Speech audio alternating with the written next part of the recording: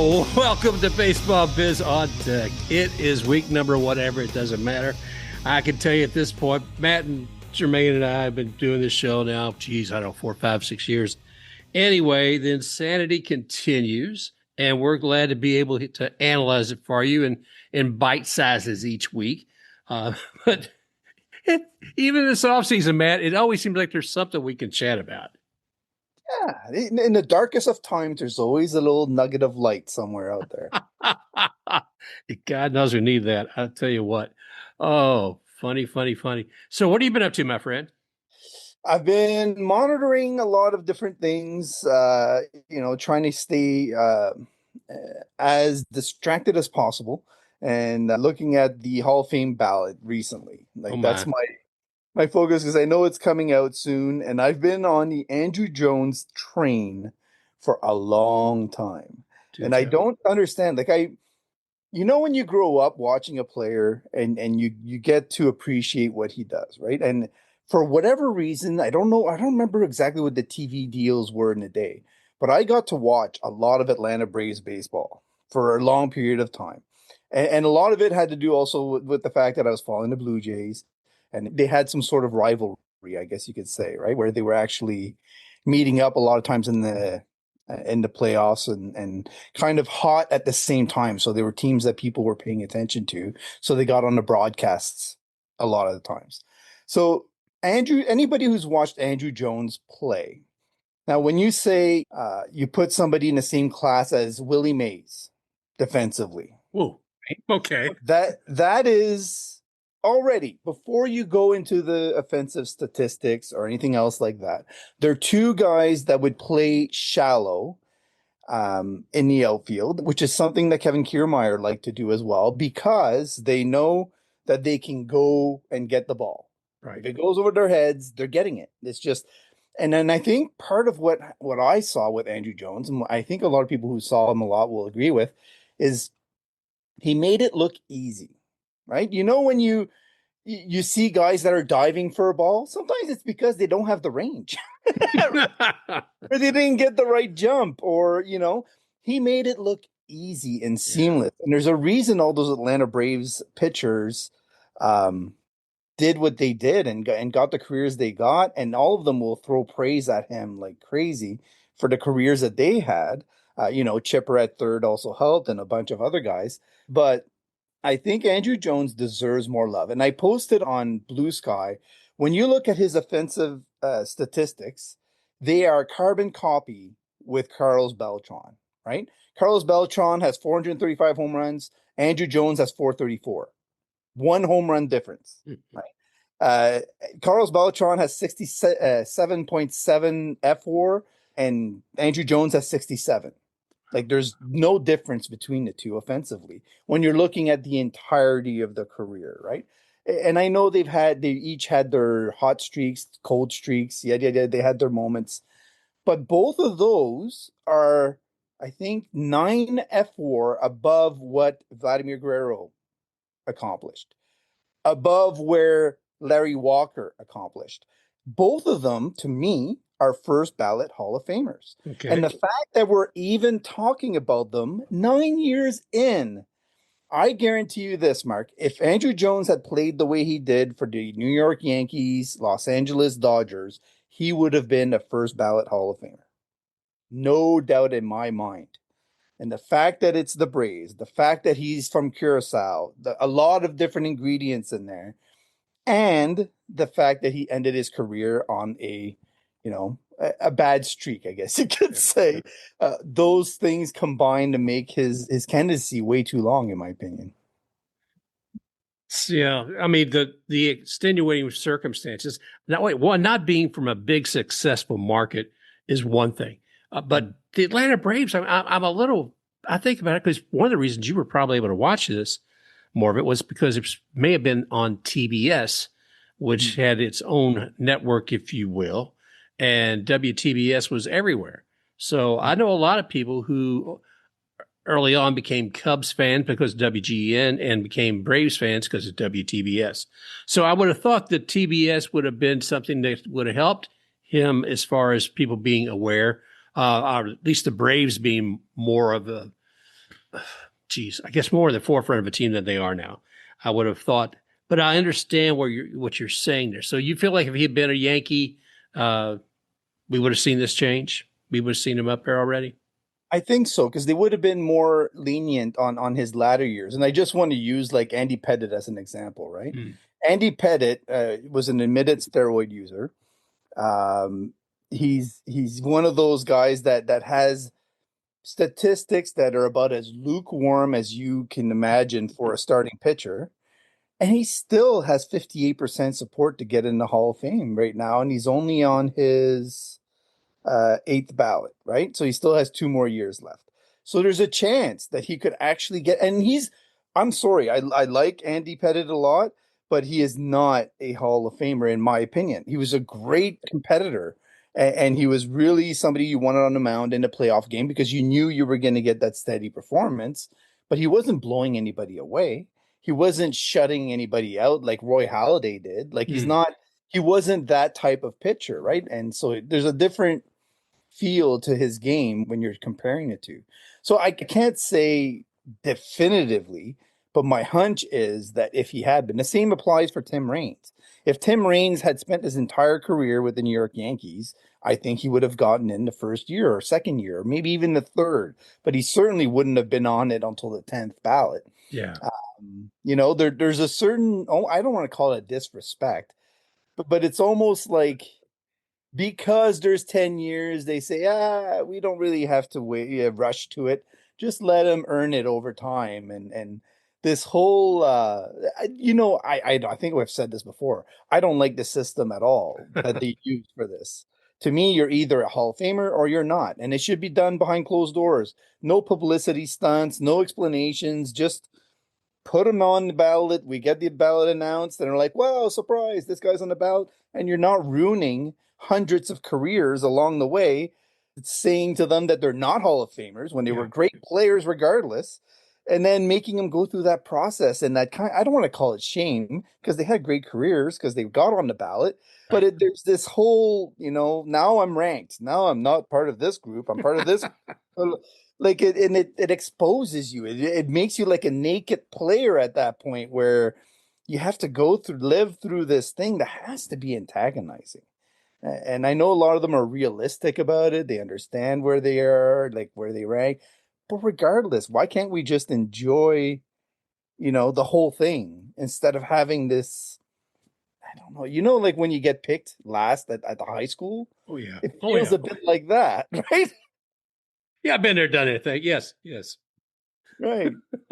My thoughts Well, on it. But I wanted to know one last thing though. Chase Utley on that ballot is actually ramping up. I think now they're up to 44% of the votes that have come through. And Chase Utley is only in his third year and he's up to 69%. So he's another one of those guys that you look at in terms of the careers. And to me, his career is nowhere near as impressive as Andruw Jones overall, right? And it's not even close. He has 259 home runs. I mean, Andruw Jones has him beat by almost 200. He doesn't have anywhere near the same number of Gold Gloves. He doesn't have the notoriety. He doesn't. I honestly don't understand how he's getting the votes that he's getting, but he's getting them very much quicker because for whatever reason, he's part of a group that recency bias, maybe the voters are younger riders, and maybe that's why he's getting a lot more play. But he's a whole six F war below what Andruw Jones and Carlos Beltrán were. I don't know. I'll uh, be happy for him. I don't have nothing against Chase Utley, but I don't get the discrepancy between the two. They're just. I never looked at Chase Utley and said, "Oh, that's a Hall of Famer." I did say that he had a great career and he was a core member of that team, but I always thought that Howard was the better player on that team as opposed to Utley. So where's Ryan Howard? Like it's one of those oddities. I don't know. well, I was watching Charlie Hustle the other day, and that was one point where Pete is there, Pete Rose, and right beside him is Reggie Jackson, and they're both sounding balls and all that. It's at an event. Pardon me. And Reggie's of the mind, yeah, Pete should be there. He tells him that. Now, I know he's sitting there with Pete at that table, but I don't think it was Reggie Jackson is probably a man who was ever intimidated. There's a lot of reasons for a person's character that I can see why somebody may or may not be in the Hall of Fame. But when you look at performance, some things should just be very, very clear. Now, if you're going to put person's personality or their morality, whatever they may be, as part of the mix, I get that. But I also am concerned about, as you were mentioning, some of these maybe young bloggers, young podcasters who are now amongst the writers who are making some of these decisions. And do they have the depth of knowledge that somebody really should have who's making those decisions? But I mean, knowing from year after year after year what some of these players have done. And I don't think they do. That's part of it. I look at people like Lou Piniella, who absolutely should be in there. I'll bang the drum on that anytime we talked about the Hall of Fame. I think the Hall of Fame is flawed as far as giving out those plaques.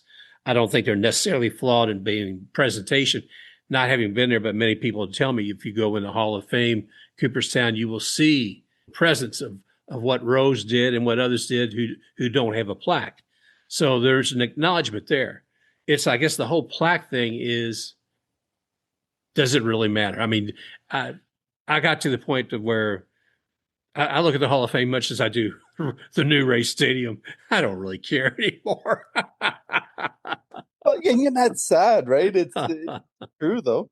And is it too serious? Like, is baseball taking it way too seriously? Like, I'll give you an example. Like, how great would it be if they had, as part of the induction, every year they had for sure one inductee that was one of the greatest characters of the game. You don't base it on statistics. You base it on the personality of the person, right? Yeah. And the impact, because to me, when you talk about the game of baseball, the personalities are part of it. Like, it's just, they're the ones sometimes that you really love to go. Like, just as a kid, I loved to watch Carlos Perez pitch for the Expos because he was so animated on the mound, right? He was so kind of crazy. And then you have the players that are of that mold that are just outlandishly, like Brett Phillips would fit that, right? Where he's doing an airplane, he's doing this, all fun, yada yada yada. Like the characters of the game, because they help tell the story of baseball. So in that sense, a lot of the funnier stories could be told in baseball at that point. You could go to the Hall of Fame not just to see the greats. They're still important, they're still the core piece. But then you're also getting a side, a good distraction, a fun distraction of saying, you know like what made the game interesting? And then you could have all the bloopers, all the this, all the that, whatever applies to it, right? So I think, the baseball needs to not take itself so seriously. You talked about the WBC, like we're about to have that happen, coming up shortly. Yep. Part of the music and the drumming and all the stuff that happens in the stands, that's all joyous, fun, and Savannah Bananas are showing that, fans want that. They're looking for it. So I think it's time that baseball gives it to them. Oh, I'll go back. You bring back the Bananas. I keep thinking of one thing. Jesse Cole, the guy who put all that together, says time and again, fans first. Yeah. And that should ring true in the ears of Rod Manfred and every team owner who even want to think about continuing to build their product. Here we're looking at the Bananas, Jesse Coase. It's amazing what he has done. We'll have to break him down sometime on the show as far as what they did to get where they're at right now.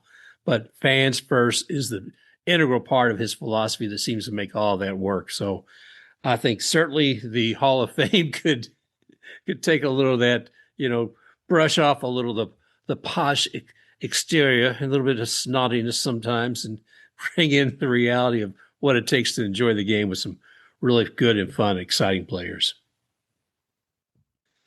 Well, there's still actually preseason activity going on. We've been talking the last couple of weeks. We're talking about Kyle Tucker a lot. We were talking about Pete Alonso, and Alex Bregman. And Alex Bregman, I think, broke some Red Sox hearts.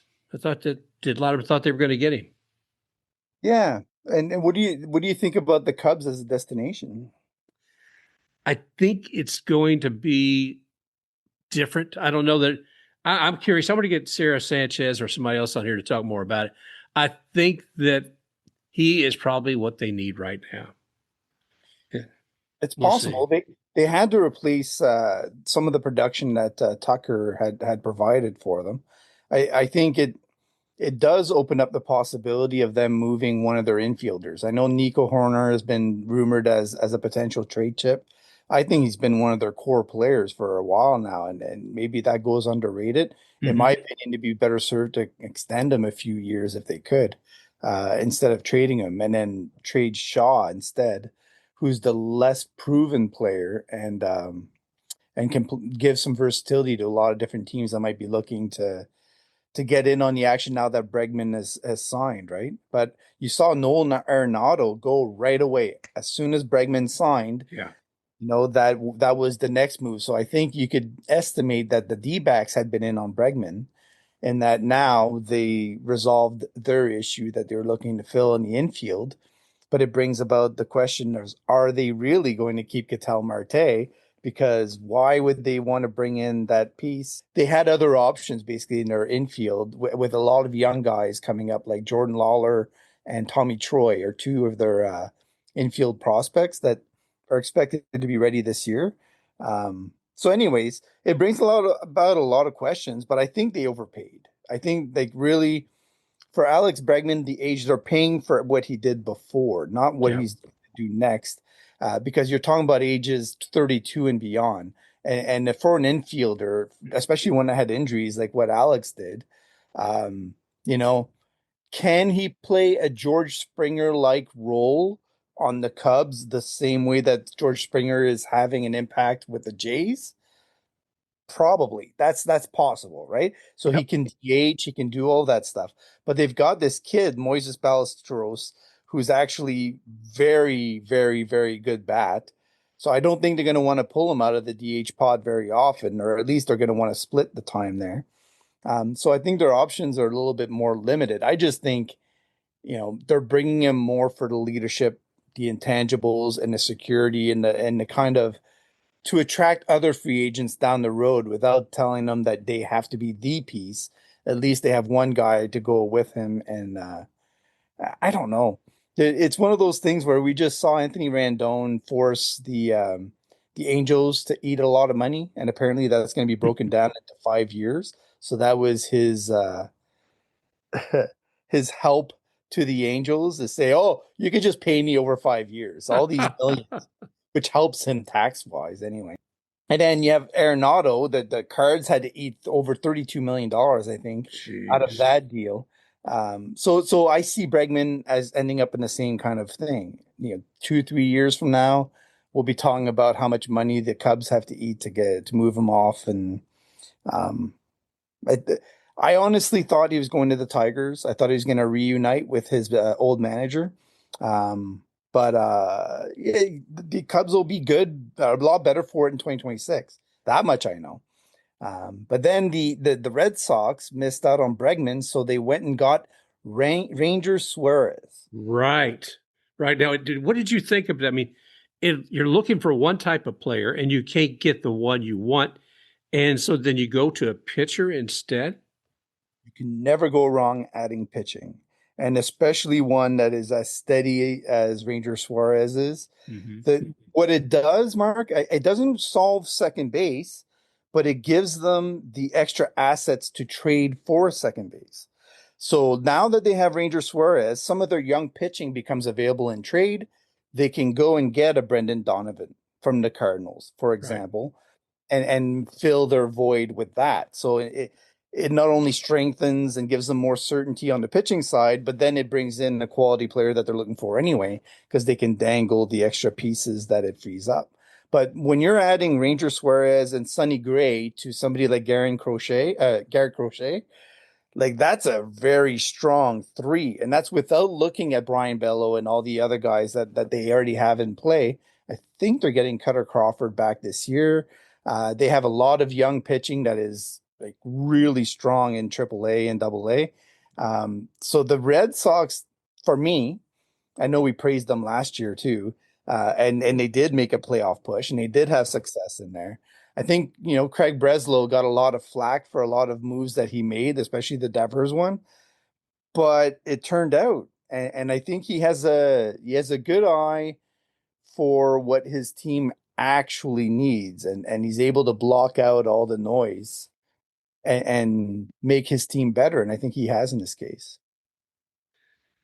Well, I wish, pardon me, yeah, and that's what it's going to take. I mean, it's always interested me watching how this whole free agency thing evolves. If what you look at, what Ranger Suarez, he was with the Phillies since 2018, I believe. And this is a guy you say, my gosh, surely they'll keep him. Maybe things are going well. I look at some of what he achieved. I mean, just even the last couple of years, when he had 3.2 ERA, and then this year played 26 games, I should say 25, and then he played 27 games in 2024. So he's, you say, is he a person getting a little long in the tooth? I think what he is now is he's 30 years old. I always think about the time that they're able to become a free agent, about how old they're going to be. And pitchers, it seems like either their arms are burnt out or they'll last a long time. I don't know. With Suarez, what do you think? So the one thing I look at a lot with aging players is always the walk rate, because one of the things that this is what I meant by the consistency before. With a young player, you'll see a lot of walks in inopportune moments, especially, or they'll get themselves in. Veteran, a lot of times, the things that you want to look at are the batting average on balls in play. So how many of the balls being hit are actually falling for hits? The walks, which then tells you how aggressive he is being in the zone. So if he still trusts his stuff, he's able to keep the batting averages low, then he's still an effective pitcher. He's still doing whatever voodoo he needs to do to get the job done, right? Right. When that walk rate goes up or the batting average balls in play goes up, then you're starting to get into a trouble zone, and whatever adjustments that pitcher needed to make, even if the velocity goes down. Like there are pitchers examples where they actually improve when the velocity goes down because their pitchers get more movement, or it forces them to use a different mix that actually becomes more effective because all the scouting reports on them go away, right? So yeah, I like Ranger just because you know what you're going to get. You know he's going to attack the zone. He's going to give you 5 innings plus, and then you can use your pen effectively afterwards. But he gives them that certainty, so he doesn't need to be a number one. He doesn't need to be a number two. You're asking him to be a number 3 or 4 in a rotation, and you're going to get 150 innings. You hope, and with pitchers, it's never guaranteed. But they have enough behind him that if he needs to miss a few starts, that's fine. But if you're going to a playoff series, Mark, and you have somebody with his experience, and he has a lot of playoff experience as well, right? So that comes into play. So you're looking at a guy that's thrown 23 innings in the playoffs. He has a 3.24 ERA, or sorry, 3.04 ERA over that time, and he's done extremely well in those starts. So why wouldn't you want to have him aboard maybe as your 3 or even as a 4, depending on how things work out, to be a part of your rotation when you make the playoffs? So I think it was a very smart ad. They have him for a long time, for 5 years, so they can build around him. And like I said, now they're able to dangle some young pitching and go get a player, whether it's Donovan, whether it's somebody else at the trade deadline. I just think the Red Sox right now, to me, it moves them ahead of the Orioles because they have a more impressive group in AAA, and returning from injury to lean on if anything goes astray with their 5 guys. Right. So that's the difference between the Orioles and the Red Sox right now that I would point to. You this kind of goes in a whole other direction, but thinking as far as runs coming in and looking at what Kansas City is doing. About a couple of weeks ago, we were talking about the Kansas City Chiefs moving their stadium and said, well, actually, Kauffman, they expire in 2031 for the Royals. Well, they move too.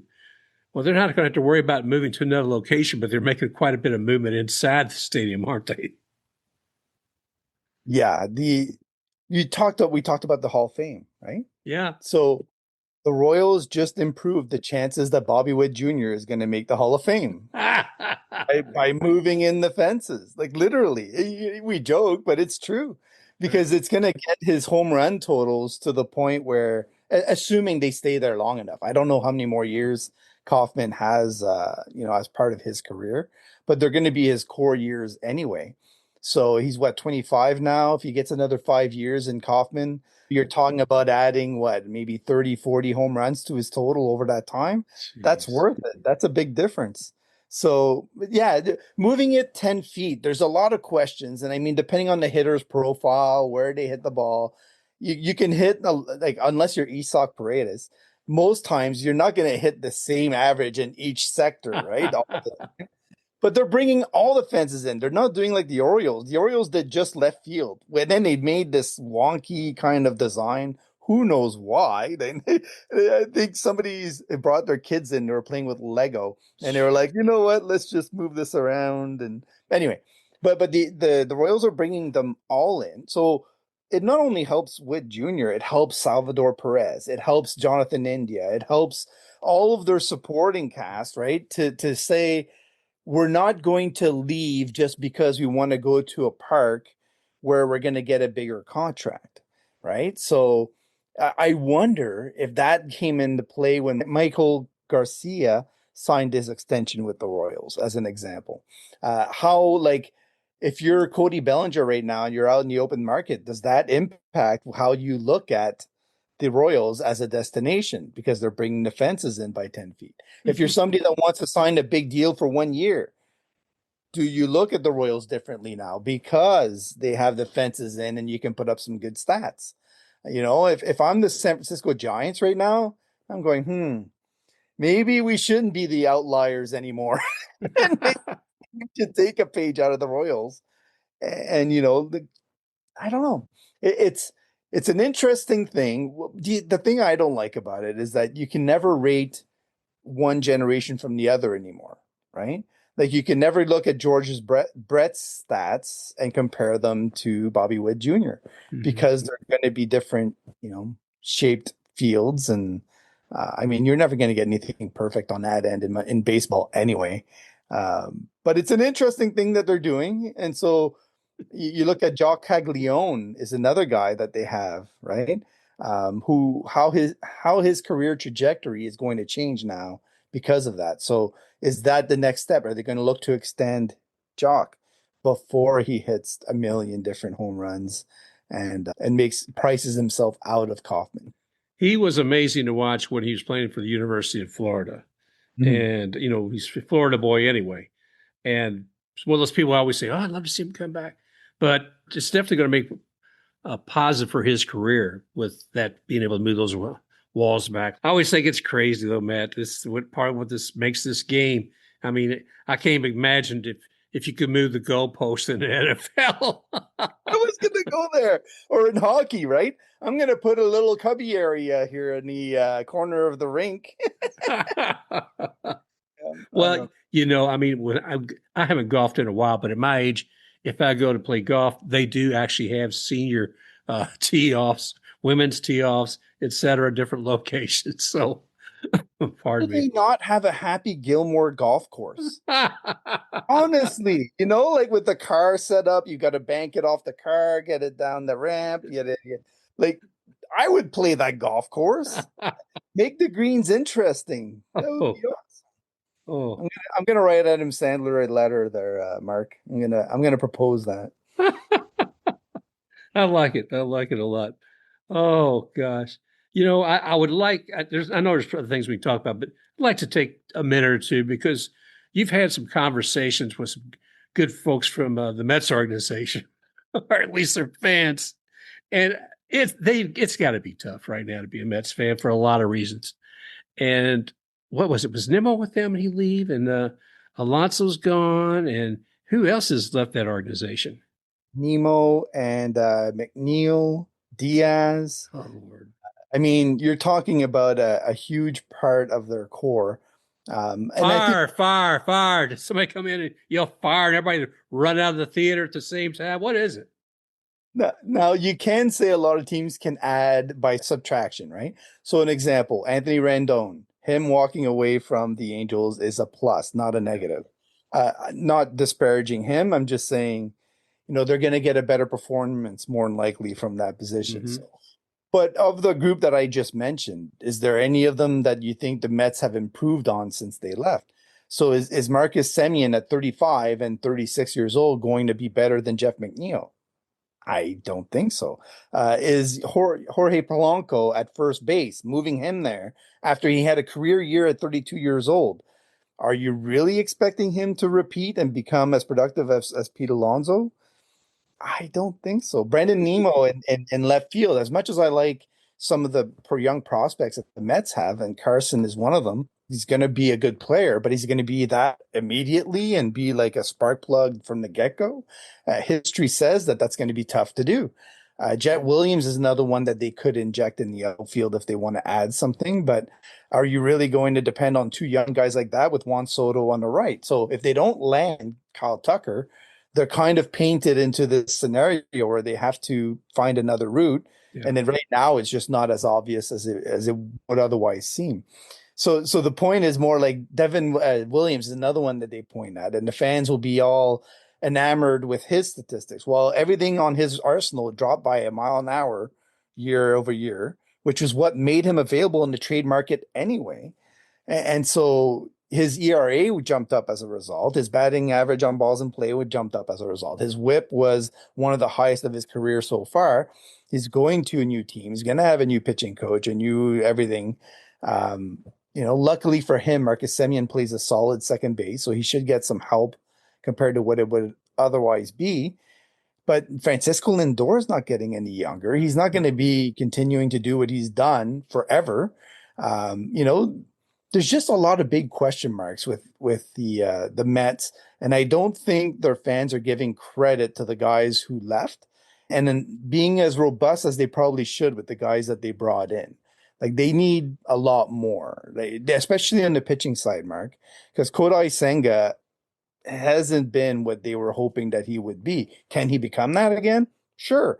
Clay Holmes added over 102 innings last year, like year over year. Is he really going to stay healthy another full year as a starting pitcher? His second half was way different than his first half.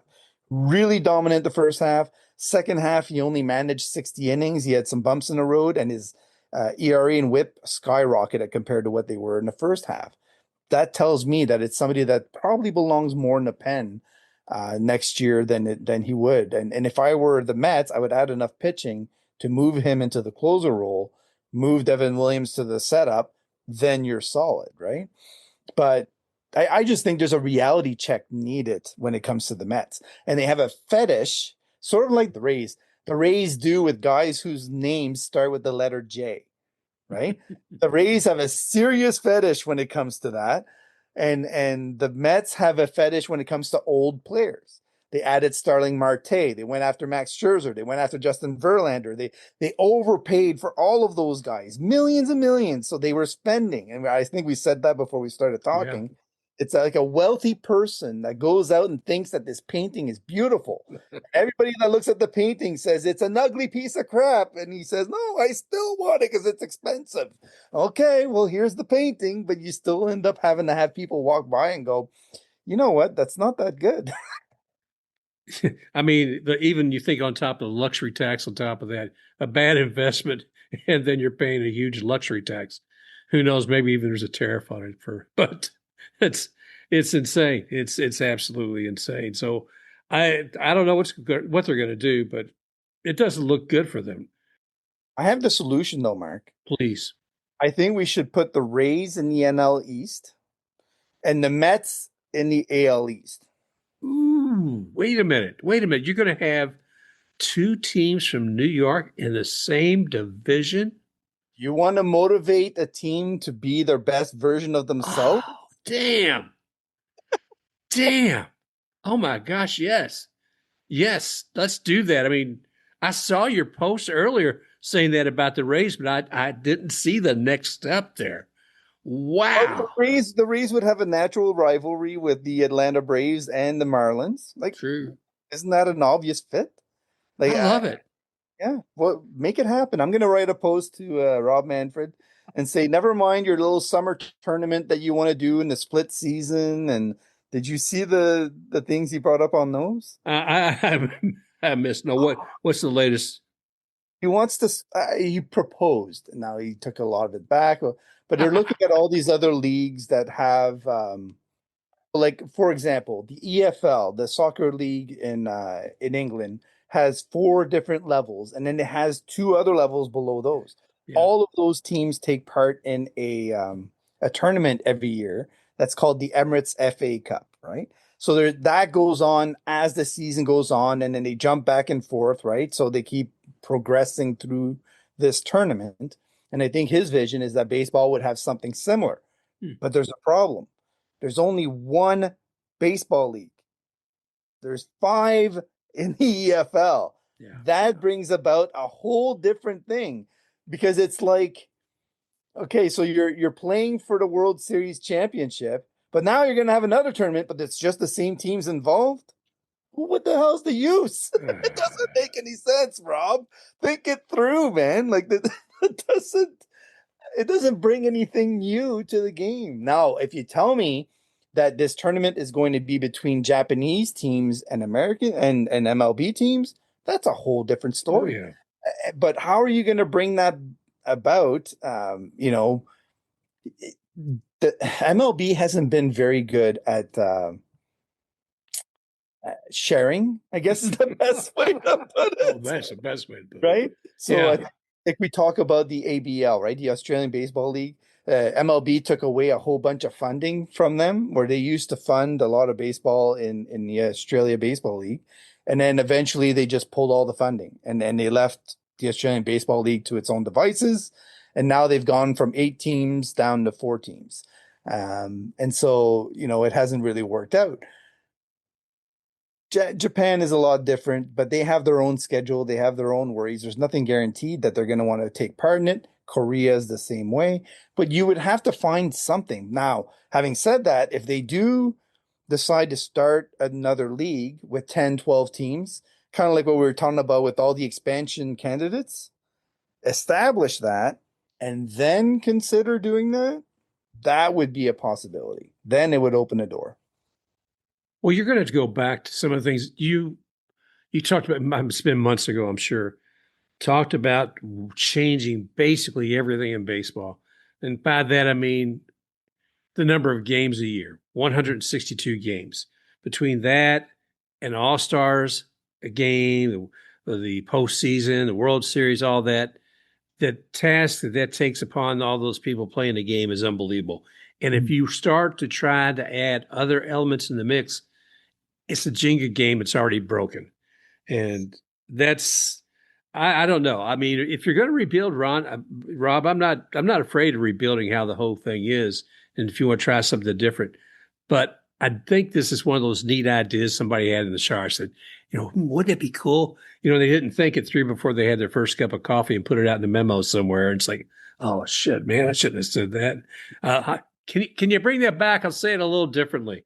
And I know that that happens a lot of times with people in administrative roles, and some of them bring it back and some of them don't. But Rob hopefully will see the sanity of what should be, and the owners the good sense of their organizations if they want to keep them sound. I just get a little bit testy when they start playing with the game to the point where you don't recognize it anymore. Like that's what I'm afraid would happen if they went too far with it. Yep. Not saying that it can't still be good and fun and all that kind of stuff, but I think I do like what the minor leagues do. I do like the 6 day a week games and one series against one team for that week, and then you move on to the next location. You have that Yep. day off on the Monday. That I'm in full favor of. And I think it would actually help out the starting pitchers stay healthy because they could go to a 6 man rotation and leave it as is and never touch it, basically. So I think that to me is an interesting thing that they've done through the minors. They've tested it. They've actually lowered the costs of travel as a result. Think about how much travel cost they would save. All the marketing that gets to happen. I see it more like right now the pace that we're keeping up in the the course of a season is like as if you go to an all-you-can-eat buffet and you just keep eating. And you keep eating, and every day there's more games, there's more games, there's more games, there's more, and you never get to take a breath until halfway through the year, and then you and then you go back. Right? And you're Jeez. supposed to maintain that focus all the way through. Having the Mondays off allows you to digest, to kind of reset, to reevaluate. And I think baseball needs that. Football has it, and NBA and hockey normally have it, except for Olympic years, that gets a little bit more compressed. But I think it's something that baseball would do better with, I think. Well, what other nuggets you want to cover tonight? That's all I had, Mark. I think the world is a crazy place. Oh, I did see the menus start to come out for some of the Rays home games. So if you're going to the Rays stadiums, I think some of the menus and some of the sections have started to come out. Nothing mind blowing, to be honest. Kind of all pretty generic, what you Eh, would expect. You know, it's I, not Kauffman Stadium like barbecue, but I'm looking forward to being in the Trop. I know people go, "Oh my gosh, the Trop!" I mean, instead of the temperatures that the Rays had to contend with this past year, I could tell you that Joe Madden's been in town. He's been at a couple of events. I think one tonight, as a matter of fact, charity event where he's out there. You'll see either speaking with folks or doing things. He was also, what was it, the homeless empowerment program. I love the whole idea that they do a lot more than just give a person a meal. There's a whole lot involved, and maybe we'll talk about that on another episode. He does things in Pennsylvania with his own organizations there. I really applaud those people who find a way to give, beyond just being what they did with the game. Mhm. And they've got their let's see, Cubs have got their Cubs Con is what it's called. I don't think they don't have a fan fest. It's a Cubs Con. That's coming up, I think, this weekend. So that ought to be a lot of fun. Who's it? Sanchez with Bleed Cubby Blue. She had something. Let's see what it was on. To check her out. She talks about Cubs were announcing that Addison Russell will be at the convention. That there might be some little brouhaha about that because of his behavior, for lack of a better term. It's always go check her out, boys and girls. And another thing I'll let you know is I've been working on a project for some time, and a lot of pieces are coming to fruition. That is with a baseball player who was with the All American Girls Professional Baseball League from like, oh, let's see, 46 to 1951. Her name is Saneda Shushu, love that nickname, Worth. And this woman, she was 5 foot nothing, weighed I think about 114 pounds, stole 89 bases in her rookie year. Whew, well, that's a mouthful. So that's what's been going on around here in Tampa and some of the things that I'm working with. But I am excited about, we'll have spring training here before we know it. And get your tickets to the World's Baseball Classic. We know we got to have it in Houston. We're going to have it in Miami and Puerto Rico and Hong Kong. But there will also be exhibition games at those locations at some of the minor league fields, et cetera.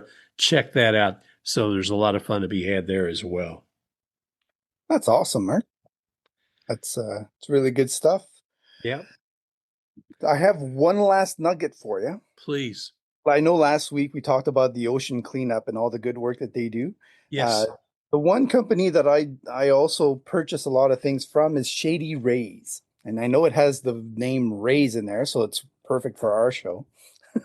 But they're a sunglass company, and basically for every pair that you get, a certain amount of money goes towards certain charities or events or things that they have going on. So their legacy of giving back is amazing. And if ever you lose your glasses, they'll replace them for free. If you break them, they'll replace them for free. If you there's just the Yeah. quality. If you've ever worn a pair of Oakleys, very similar to Oakley caliber in terms of quality. So you're not missing out, but you're paying about half the price as you would for Oakley, and you're giving a lot of I think the first time I went through it, it was like 10 meals for a pair of glasses that you were giving to homeless. Wow. So I think I've purchased sunglasses for my dad, my brother, my father-in-law, my brother-in-law. Like and I have 4 pairs myself. So all together, I'm responsible for a heck of a lot of meals. I think I've only had to put in 1 claim for a lost pair of glasses so far. So, and this is over the course of, I don't know, 8, 9 years. Wow. They have a store in Kentucky. So I know you go back to Louisville a lot of time. Yeah, And yeah. that's where it is. So there's actual physical stores that they have available too, where you can go see these glasses. And they have such a huge range of glasses now in terms of styles. They started out very basic, and now they've branched out to have almost every style you can think of. So just That's throwing it Shady. out for Shady Rays. And how do you spell that? Shady, and then Rays, Rays. Okay. Cool, cool. As one might think. All right. Well, that's good. I'll put something also in the notes for that, folks. And that's it. I mean, finding a way, if you're going to be spending money on different items and you can find people you can support, I'm uncovering more and more organizations that I don't purchase from anymore because of some of the things they do. So when you can find something like that where people are helping out, like Shady Rays, I'm a big advocate like Matt to support them as well. And like I said, we'll put that in the show notes. Awesome. All right, brother. I haven't got anything else. Looking forward to a lot of fun coming up here. I've still got to get my tickets to those exhibition games. That's the next thing on my list. And finish up the calendar. You know, I've got where we're going to travel this year. Kansas City is on that list. That's want to go there and see the Royals and the Negro Baseball League Museum. That's going to be a lot of fun. Absolutely. I went to both, and I hope you enjoy Bobby Witt Jr. He's one of those players that you definitely want to get your eyes on when you get the chance. So him and Caglione will be fun to watch. Tomorrow, the international signings period starts, so keep your eyes on that. I know it takes a long time for these talents to come out. You see the names and you're like, yeah, okay, that's nice. And then you wait 4 years before you actually hear the name again, right? But it's always interesting to see where the top guys land and to dream a little bit on what's coming up next. Well, thank you for that, my friend. Well, I want to thank you all again for joining Matt and I here today on Baseball Biz on Deck. And we look forward to talking to you guys again real soon. Look at that, Mark. No politics today. If you enjoyed this show, go ahead, like, and subscribe to Baseball Biz on Deck. You may also find Baseball Biz on Deck on YouTube, at iHeartApple, Spotify, Amazon Music, and at baseballbizondeck.com. Also, you can find Matt at matgermain.bskysocial. That's Matt at matgermain.bskysocial, or Mark at baseballbizondeck.bskysocial and Baseball Biz on Deck with Facebook. Special thanks to XTakeRUX for the music rocking forward.